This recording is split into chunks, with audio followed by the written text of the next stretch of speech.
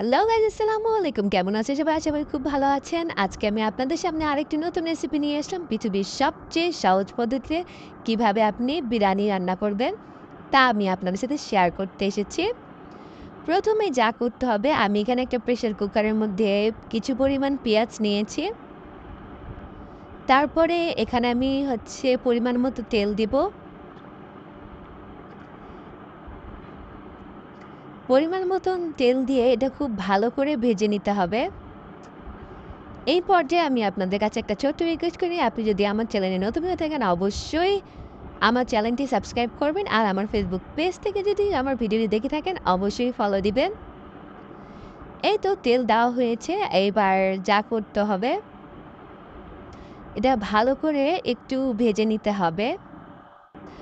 অনেকে বিরিয়ানি রান্নাটাকে অনেক কঠিন বিষয় মনে করে। আমিও আগে তাই মনে করতাম। বাট এটা এখন আমার কাছে অনেক সহজ একটা রান্না মনে হয়।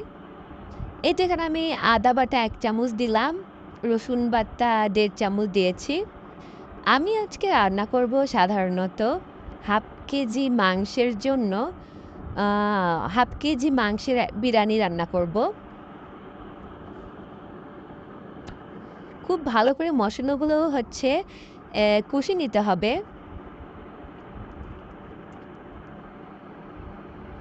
মসলাগুলো খুব ভালো করে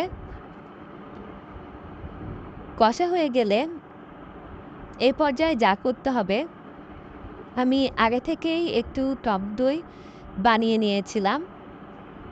আ গরুর দুধের মধ্যে আমি যা করেছিলাম যে ১ কাপ গরুর দুধে একটা লেবু চিপে দিয়েছিলাম। এখানে পরিমাণ মতো লবণ দিয়ে দিচ্ছি। যেহেতু আমার মসলার মধ্যে আলাদা লবণ দেওয়া থাকবে, তাই এখানে একটু বুঝে শুনে লবণটা দিতে হবে। তারপর আমি এখানে টক দই দিলাম। দেওয়ার পরে নাড়াচাড়া করে এখানে তো মাংসটা দিয়ে দিচ্ছি।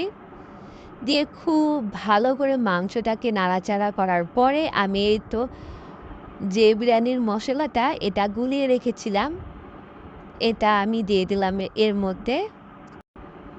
তারপর খুব ভালো করে এটা নাড়াচাড়া করে এটা এখন আমি দিব সিদ্ধ হওয়ার জন্য। অপর সাইডে আমি এখানে একটি কড়াইয়ের মধ্যে তেল নিচ্ছি পরিমাণ মতন। আর ২ কাপ পরিমাণ এখানে আমি চাল দিব। আমি আগে থেকেই চালটা ধুয়ে ভালো করে ঝাড়নিতে দিয়েছি, যাতে পানিটা সব ঝরে যায়। তেলটা গরম হয়ে আসলে এই তো ঝাড়নি থেকে চালটা আমি এখানে দিচ্ছি। দিয়ে খুব ভালো করে নেড়ে-চেড়ে এটা আমি ভেজে নেব। এখানে যা করতে হবে, আমি কিন্তু লবণটা দিয়েছিলাম মাংসের পরিমাণ মতো। এজন্য আমি চালের মধ্যে আবার লবণ দিব। এটা চালের পরিমাণ মতো লবণটা দিব। একসাথেও দেওয়া যায়, বাট আমাকে আলাদা, আলাদা দিতে কমফোর্টেবল ফিলটা বেশি হয়। এইজন্য যা করেছি, আবার এখানে কাঁচামরিচ দিয়েছি, হাফ চা চামচ আদা বাটা দিয়েছি। দিয়ে খুব ভালো করে এটা আবার নেড়ে-চেড়ে ভেজে নিতে হবে। এটা চালটা যত সুন্দর ভাজা হবে, আপনার বিরিয়ানিটা তত ঝরঝরে হবে। এই পর্যায়ে আমার মাংসটা সিদ্ধ হয়ে গিয়েছে। আমি আপনাদেরকে দেখাতে ভুলে গিয়েছিলাম যে আমি ৪ সিটি দেওয়ার পরে ওখানে ভেজে রাখা কয়েক টুকরো আলু নিয়েছিলাম, ওটা দিয়েছি মাংসের সাথেই। ওই ভিডিওটা স্কিপ হয়ে গিয়েছে। দিয়ে খুব ভালো করে নেড়ে-চেড়ে এই তো আমার বিরিয়ানি প্রায় রেডি হয়ে গেছে। আমি এখন এটা আপনাদেরকে বেড়ে দেখাবো যে এটা আসলে কতটা ঝরঝরা, প্লাস আলু থেকে শুরু করে মাংস অনেক সফটলি সিদ্ধ হয়েছে।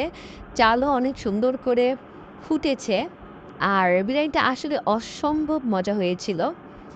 এই তো আমাদের বিরিয়ানি রেডি। অসম্ভব মজার সুস্বাদু বিরিয়ানি। আপনারা বাসায় খুব সহজেই এই বিরিয়ানিটি বানাতে পারেন এবং সবাই মিলে সবাইকে পরিবেশন করতে পারেন। ওকে ভিউয়ার্স, আজকের জন্য এতটুকুই। ভালো থাকবেন, সুস্থ থাকবেন। আমার এবং আমার ফ্যামিলির জন্য দোয়া করবেন। আর আমার চ্যানেলটি সাবস্ক্রাইব করবেন এবং যে নতুন আমার চ্যানেলে আছেন পাশে থাকা বেল আইকনটি ক্লিক করবেন।